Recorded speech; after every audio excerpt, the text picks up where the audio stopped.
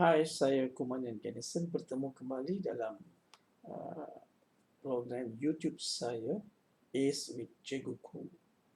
Baiklah, dalam program kali ini kita akan lihat satu topik yang baru, iaitu topik grammar tata bahasa, bahasa Inggeris yang berjudul past tense. Dalam video ini, kita akan lihat apa itu past tense dan beberapa tips yang penting yang harus diingati oleh semua murid UPSR.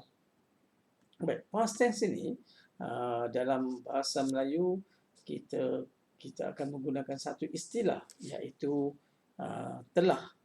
Telah itu menunjukkan bahawa sesuatu perkara yang telah berlaku. Jadi past tense itu menunjukkan sesuatu yang telah berlaku, merujuk kepada sesuatu yang telah berlaku.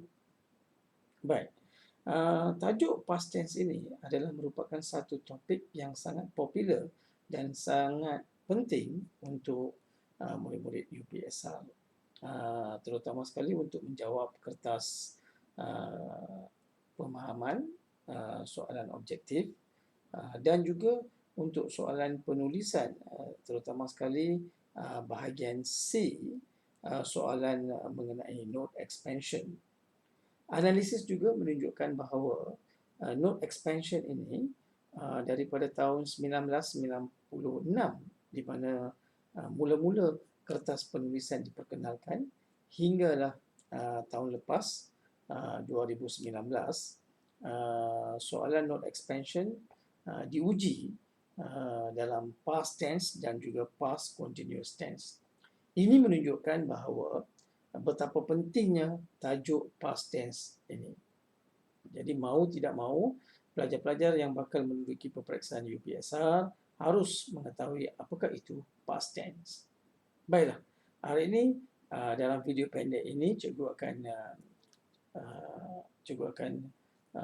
ajar beberapa tips yang penting untuk mengingati topik past tense ini. Baik, yang pertama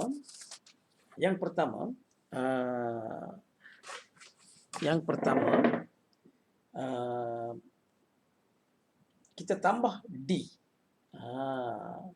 Kita nak gunakan past tense ni, formula yang pertama add D, bermakna tambah D. Sesuatu kata kerja yang berakhir dengan E, kita tambah D untuk ditukarkan ke past tense. Sebagai contohnya, saya beri satu contoh di sini. Kita lihat satu contoh. Contohnya perkataan bake, B-A-K-E, bake. Bake ini bermaksud membakar roti ataupun membuat kek dan sebagainya. Bake. Tengok, di sini perkataan kata kerja ini berakhir dengan E, maka kita tambah D untuk dijadikan sebagai past tense. Jadi bake akan bertukar menjadi baked dalam past tense. Itu formula yang pertama, iaitu kita tambah D. Okey? Baik. Formula yang kedua yang harus diingati oleh pelajar-pelajar ialah add ed, bermakna tambah ed pada sesuatu kata kerja yang berakhir dengan huruf konsonan. Ini kena ingat ya. Sesuatu kata kerja yang berakhir dengan huruf konsonan itu ditambah dengan ed untuk ditukarkan menjadi past tense. Okey, daripada present tense ke past tense. Contohnya, lihat perkataan ini ya. Watch, W-A-T-C-H, watch. Melihat, menonton. Okey, berakhir dengan huruf konsonan. Jadi bila berakhir dengan huruf konsonan H, maka kita tambah ed untuk ditukarkan ke past tense. Konsonan bermaksud huruf-huruf yang selain daripada A, E, I, O, U. Huruf-huruf yang selain daripada A, E, I, O, U kita sebut dia sebagai huruf konsonan. B, C, D, F, G, H, J, K, L, M, N, P, Q, R, S, T, V, W, X, Y, Z. Huruf-huruf ini disebut sebagai huruf konsonan. Jadi sesuatu kata kerja yang berakhir dengan huruf konsonan, maka kita tambah ed untuk dijadikan sebagai past tense. Jadi watch, become watched. Baik, ini adalah formula yang kedua. Formula yang ketiga ialah add IED, bermakna tambah IED. Jadi sesuatu perkataan yang berakhir, sesuatu kata kerja yang berakhir dengan Y.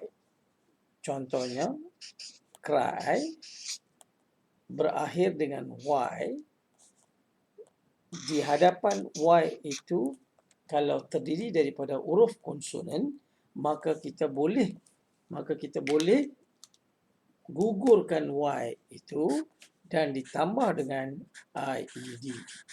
Jadi perkataan cry akan menjadi cried. Okey, sesuatu kata kerja yang berakhir dengan Y dan di hadapan Y itu adalah huruf konsonan. Jadi di sini di hadapan Y adalah huruf konsonan, R itu adalah konsonan, maka kita boleh gugurkan Y dan ditambah dengan IED. Maka dia akan jadi cried. C-R-I-E-D. Itu adalah formula yang ketiga. Okey, formula yang keempat yang harus murid-murid ketahui ialah partly change. Partly change bermaksud tukar sebahagian. Perkataan asal dia akan ada di situ, frame dia, tetapi berubah sebahagian. Contohnya perkataan run akan bertukar menjadi ran. Perkataan drive akan bertukar menjadi drove, akan bertukar menjadi drove. Tukar sebahagian sahaja. Okey? Kata asalnya frame itu akan ada di situ. Okey? Formula yang kelima ialah totally change. Totally change bermaksud bertukar keseluruhan, berubah keseluruhan. Contohnya perkataan buy. Buy akan menjadi bought. Okey? Think akan menjadi thought.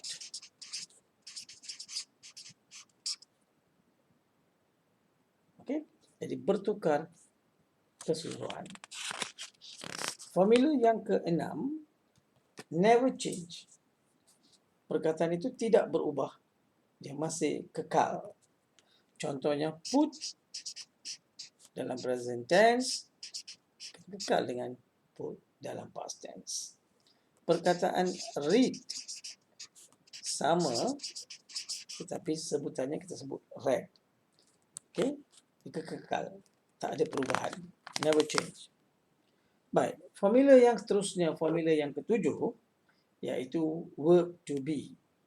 Verb to be di bawah tajuk present tense, kita pernah belajar is, am, are. Okey, di mana is ni akan bertukar menjadi was dalam past tense, am akan bertukar menjadi was dalam past tense, manakala are akan bertukar menjadi were dalam past tense. Okey, di mana was ini ialah singular dan were ini ialah plural. Okey, itu adalah formula yang ke-7 untuk past tense. Verb to be akan bertukar menjadi is dan am akan bertukar menjadi was dan are akan bertukar menjadi were. Formula yang ke-8 ialah verb to have. Verb to have kita ada dua, has dan juga have. Di mana kedua-dua ini akan bertukar menjadi had dalam past tense. Has akan bertukar menjadi had, have akan bertukar menjadi had. Kedua-duanya akan bertukar menjadi had dalam past tense. Okey, ini adalah formula yang ke-8 iaitu verb to have. Baik, formula yang ke-9 verb to do. Kata kerja buat. Kita ada dua dalam present tense, do dan juga does. di mana kedua-dua ini akan bertukar menjadi did dalam past tense. Okey? Do, does akan bertukar menjadi did dalam past tense. Ini adalah formula yang ke-9. Dan formula yang ke-10 yang paling penting dalam bahasa Inggeris ialah time indicator. Time indicator ini dalam bahasa Melayu kita sebut penunjuk masa. Penunjuk masa. Jadi penunjuk masa yang menunjukkan past tense ialah seperti last Sunday, last week, last month, okay, yesterday, ago, just now, dan sebagainya. Jadi semua ini menunjukkan time indicator, penunjuk masa telah berlaku. Clue yang senang untuk diingati ialah last. Okey? Jadi ada 10 tips yang harus diingati oleh pelajar di bawah tajuk past tense. Sebagai contoh, cikgu berikan satu contoh. Last Sunday, Ali went Batu Ferringhi. Last Sunday, Ali went Batu Ferringhi. Jadi bila cikgu tanya soalan, apakah tense yang patut murid-murid guna untuk menulis ataupun membina ayat ini, maka jawapannya ialah past tense. Time indicator menunjukkan last week. Last week itu menunjukkan telah berlaku. Dan clue yang kedua ialah when. Kata kerja when daripada perkataan go telah bertukar menjadi when. Daripada perkataan goes telah bertukar menjadi when. Jadi when itu adalah past tense. Jadi dua ini membuktikan bahawa ayat itu harus dibina dalam past tense.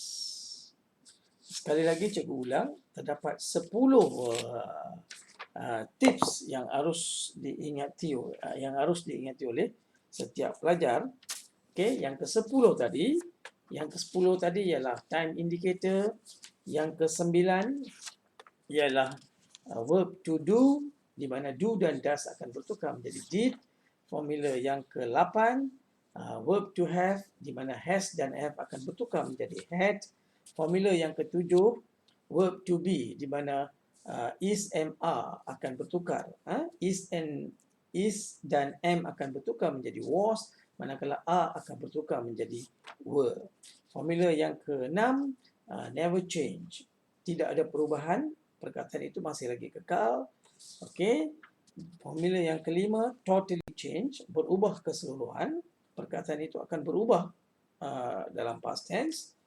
Yang keempat partly change, hanya tukar sebahagian sahaja.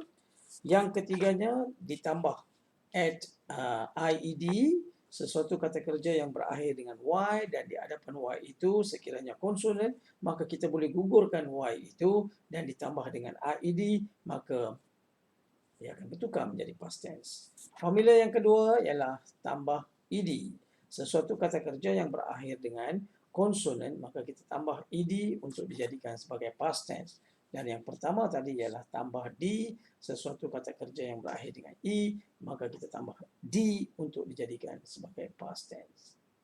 Jadi ada 10 formula tips yang harus murid-murid ingat di bawah tajuk past tense. Harap murid-murid faham tentang past tense dan boleh menguasai past tense. Dan sehingga kita berjumpa lagi dalam video klip yang seterusnya. Salam belajar. Terima kasih.